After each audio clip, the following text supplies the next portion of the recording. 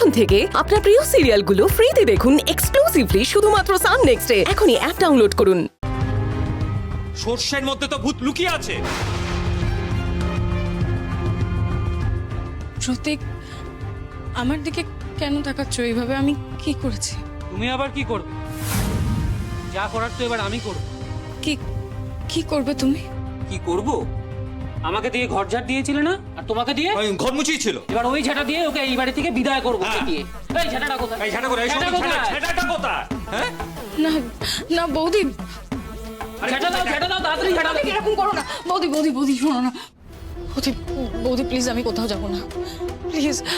আমাকে আমাকে বাঁচাও না বৌদি প্লিজ, আমায় এই বাড়ি থেকে বের করে দিও না প্লিজ।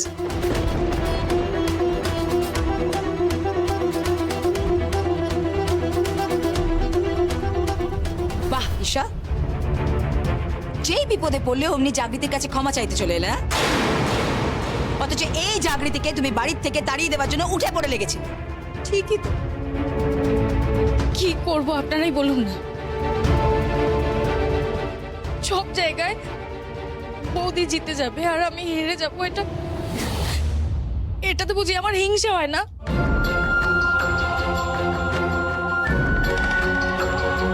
ছোটবেলা থেকে মা বাবাকেও দেখে আসছি, বৌদি যতদিন ওই বাড়িতে ছিল মা বাবা বোন আমাকে কেউ কোনোদিনও ভালোবাসেনি। সব সময় বৌদিকে মাথায় তুলে রেখেছে। আমার খারাপ লাগতো না? আমার তো খারাপ লাগতো। এই বাড়িতে বিয়ে হয়ে এলাম, ভাবলাম এই বাড়ির বড় ছেলের বউ নেই, আমি এসে রাজত্ব করব, আমি এই বাড়ির কর্ত্রী হব। কিন্তু এখানেও বৌদি চলে এলো, এসে সবাইয়ের চোখের মনি হয়ে গেল।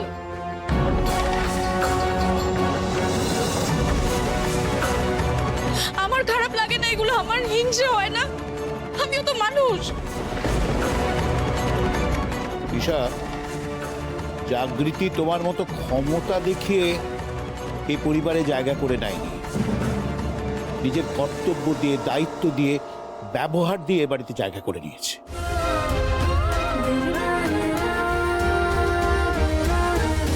তো জাগৃতির সাথে তোমার কোনো তুলনা হয় না। আমি একটা কথা বুঝতে পারছি না, ঈশার মতো মেয়েকে এত কথা বলার সুযোগ দেওয়া হচ্ছে কেন এই বাড়িতে দাঁড়িয়ে? মা কাল সকালে যেন ওই বাড়ি থেকে বেরিয়ে চলে গেল, নাহলে আমি কাল সকালে পুলিশ ডেকে ওকে কিন্তু ধরিয়ে দেবো। হ্যাঁ, না মা, দয়া করে ওকে বাড়ি থেকে বের করে দেবেন না।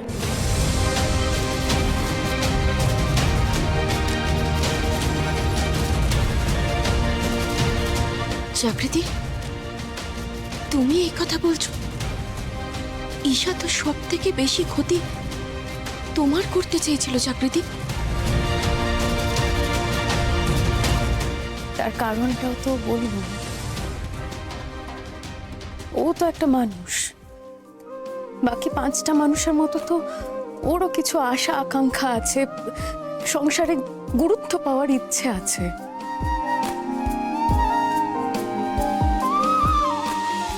ও তো সত্যি সেটা কখনো পায়নি।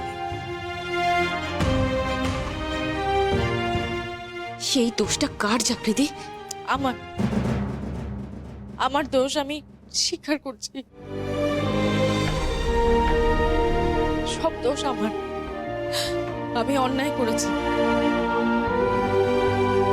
ওই যে দাদু বললেন না, সংসারে থাকতে গেলে হিংসে করে নয়, মানুষকে ভালোবেসে আগলে রাখতে হয়, তারপর সংসার করা যায়। আমি সেটা বুঝতে পারিনি।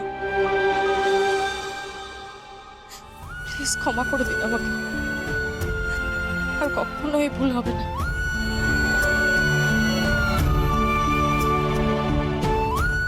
জাগৃতি,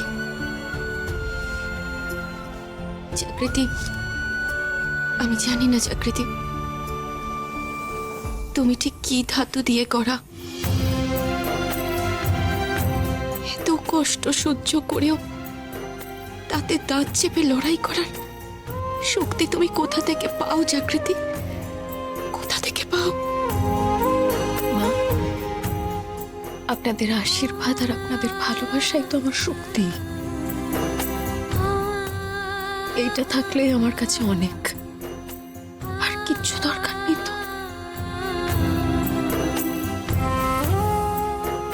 এইটুকু থাকলেই এই গোটা রায়চৌধুরী পরিবারটা আমি আগলে ধরে রাখবো সারা জীবন ধরে।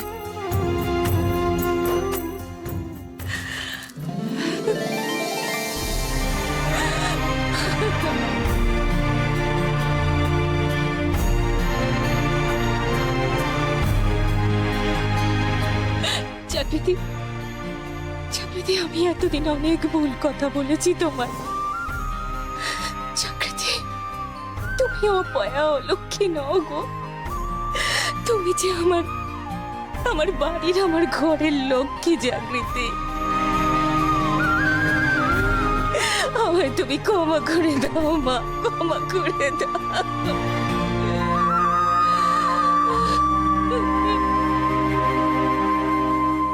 ব্যাস, সব অন্ধকার দূর হয়ে গেল। কিরে অনি, তুই ওখানে দাঁড়িয়ে আছিস কেন? এদিকে আয়, এদিকে আয়।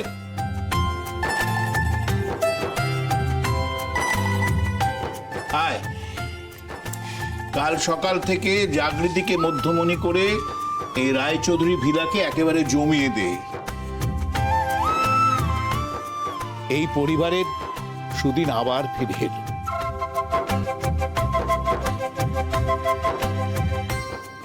অনি, তোর হাতটা দে তো।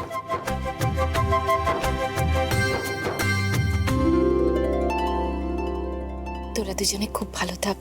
তোমারে দু চোখে রেখে দিলাম সুখ, আদরে ভুলিয়ে জমাট সুখ দিতে বসন্ত এসে আগলে রাখুক ভালোবেসে, দিতে বসন্ত এসে।